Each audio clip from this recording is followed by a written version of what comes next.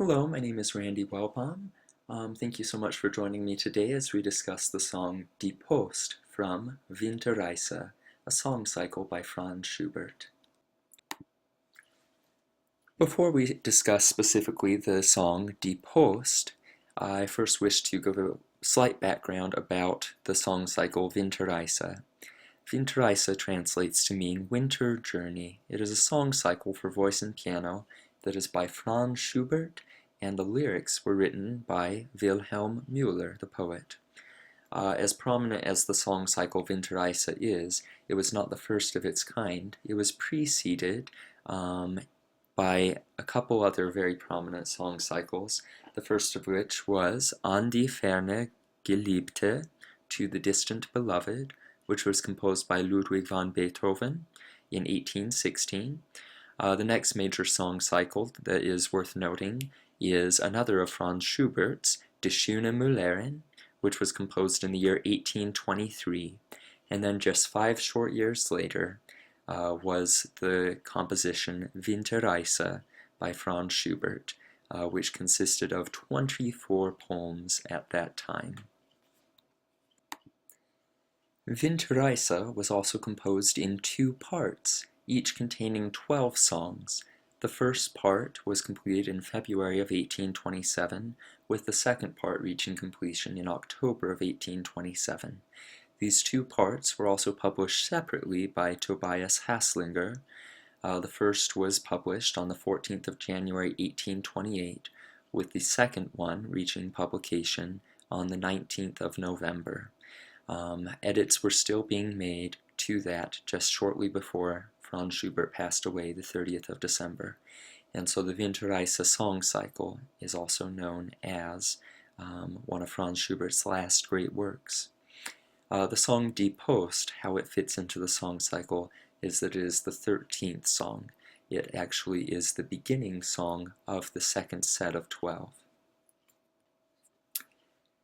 Next, I'd like to take a moment and discuss the text of Die Post, written by Wilhelm Müller, the poet. Die Post is German, which means the post in English, referring to like the post office and the postman, okay, the postal service. First, looking at the German text, the first line of the first verse, Von der Straße her ein Posthorn klingt. Posthorn has a direct translation to post horn. It's just a literal translation. And then klingt. Klingt is a wonderful word because it really expresses what is actually trying to be described. Klingt sounds like a ringing, okay? And that is exactly what it's saying. It's describing the ringing, that sound that the post horn makes. Klingt. Was hat es, dass es so hoch aufspringt?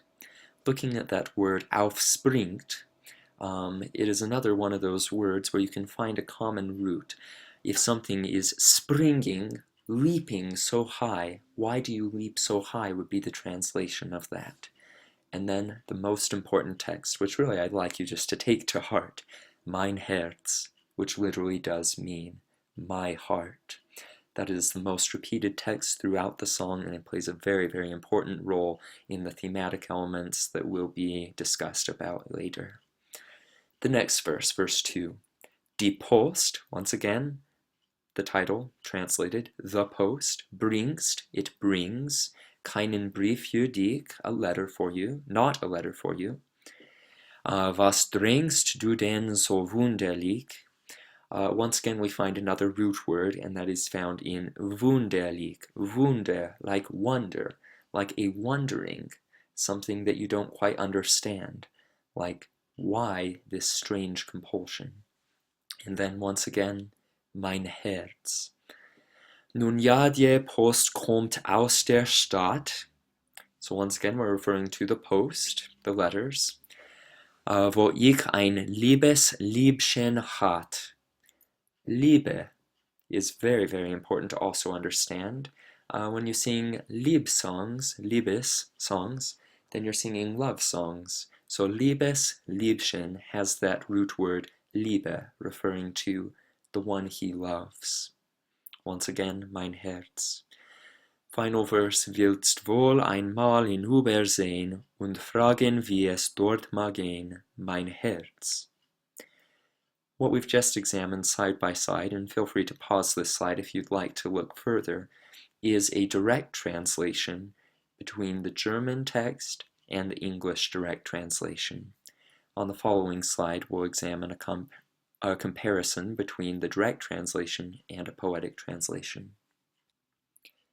A direct translation does have a lot of value and merit to it in the fact that you are literally translating to the best that different languages can accomplish the literal text that the poet was trying to describe.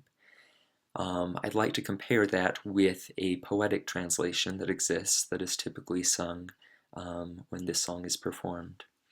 We'll take it line by line. From the high road a post horn sounds, with the poetic version being, through the streets I hear the post horn ring. I hope you're already realizing the main difference between the direct translation and the poetic translation. The poetic translation is much more personal in nature. It's not just a sound that occurs. It's a sound that I hear, and that is the main difference in it. The next line, why do you leap so high?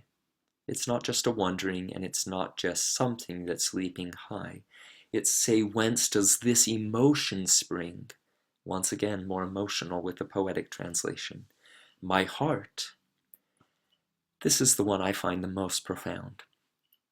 You have the singular German text, mein Herz, which literally translates to my heart, but you also see a lot of repetition of that word. So why, when it's a singular organ in your body, a singular word, why would it be repeated and come across when it's sung, of being sung in different styles? I think that while it is just a singular organ, that it is also capable of filling a multitude of emotions. And so, in the poetic translation, even though directly it means my heart, in this case it means, O heart, my heart. Verse 2. The post does not bring a letter for you. The post doth bring no news for me. Once again, a more personal connection. Why the strange compulsion? What then so strangely grieveth thee? Deeper emotions being expressed in the poetic translation. My heart, once again, meaning, O heart, poor heart. Of course, the post comes from the town. Yes, from the town the post is here. Much more energy and enthusiasm when phrased that way. This is a letter that this individual has been waiting for, or at least he hopes that when the postman comes that he will possess such a letter from his love. Where once I had a dear sweetheart, where once I had a love so dear, fairly similar in meaning. And then my heart, O heart, poor heart. Would you like to take a look over there? Wilt ask if he hath yonder been? This is referring to asking the postman, did you just come from the town where my true love is? And ask how things are going. In this direct translation, how are things going in the town? How are things going with you? It lacks any sort of specificity to it. In the poetic translation, and if thy loved one he hath seen, have you seen my true love? How is my true love? We're getting more specific, more at the heart of what is trying to be expressed here. And then the final phrase, my heart, my heart, my heart. Once again, we do return to a singular translation of that word, my heart, my heart. However, it's also important to note the punctuation of this final verse, that we also have a question mark there. We do have question marks in preceding, but it's even more profound in this last one, especially when, poetic-wise, you end up using the same exact text and then asking that same exact question, because it's no longer him asking how he feels. He's now wondering how his true love feels. The text is absolutely beautiful. It tells a wonderful story. Interesting to note that there's not really much of any sort of nature implementation of descriptions of that sort of scenery that sometimes we see so often in art songs. However, there still is a lot of text painting that does occur here. In terms of text painting, we do see a couple instances specifically that I'd like to point out. In the first verse, we have the verse about leaping. Why do you leap so high? Or whence does this emotion spring? That sense of leaping is illustrated in an upward arpeggiation that occurs at that point. Other instances throughout would literally just be very emotional passages, and emotions have many different ways that they can be expressed. And so we see that through the implementation of major verses being juxtaposed next to minor verses, then back to major and then back to minor again.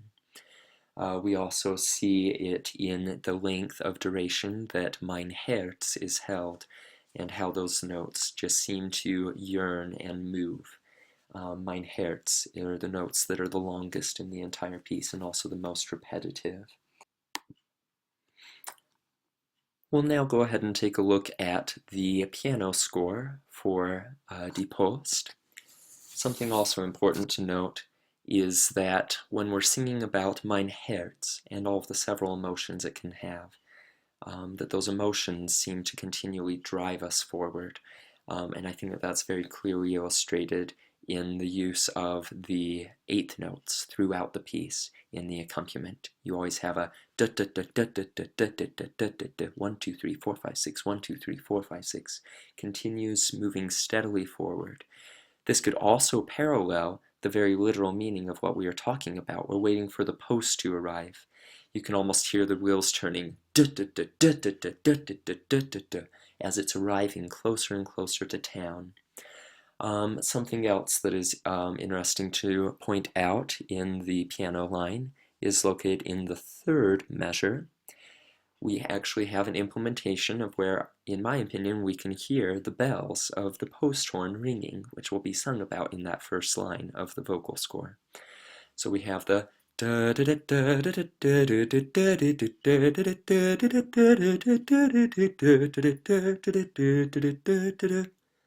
and that is, to me, the perfect illustration of what the post horn must surely have sounded like. As we go through the text, we go ahead and start out with the first verse being in a major key. The second verse is then in the minor key, and that pulls us through the first and the second pages. On the third and fourth pages of the piece, we once again will return to the major key for the third verse, and then back to the minor key for the fourth verse, leaving this man wondering if he will ever hear from his true love. We know how our emotions might make us feel. We can feel happy, we can feel sad. The thing that is perhaps the most hurtful, and perhaps why we end in the minor key, is that more than how we feel as an individual, if we don't know how his true love feels, then that leaves a big question in our minds, and perhaps not knowing if she still feels the same way for him or not, and not having any sort of closure is a more hurtful response than finding out one way or another if she does still care for him or if she does not, because he's in a position where he needs to move on, but he literally cannot, and that is perhaps the saddest emotion of them all in the entire piece. So that's another prominent theme that I would also like to point out. At the very conclusion of the piece, we do see, after the final mein Herz, that the piano then trails off with a simple chord, chord, as if the postman is once again leaving into the distance, and also providing a contemplative moment for the listener to go ahead and decide, does she love him? Does she not love him? Will he ever find out his answer? Will something tragic happen that will prevent him from finding out his answer? There's so much that could possibly happen. This is still, after all, only the 13th song of 24 in the story. Due to recording limitations, this presentation will continue on a second screencast that you can find following this one. Thank you.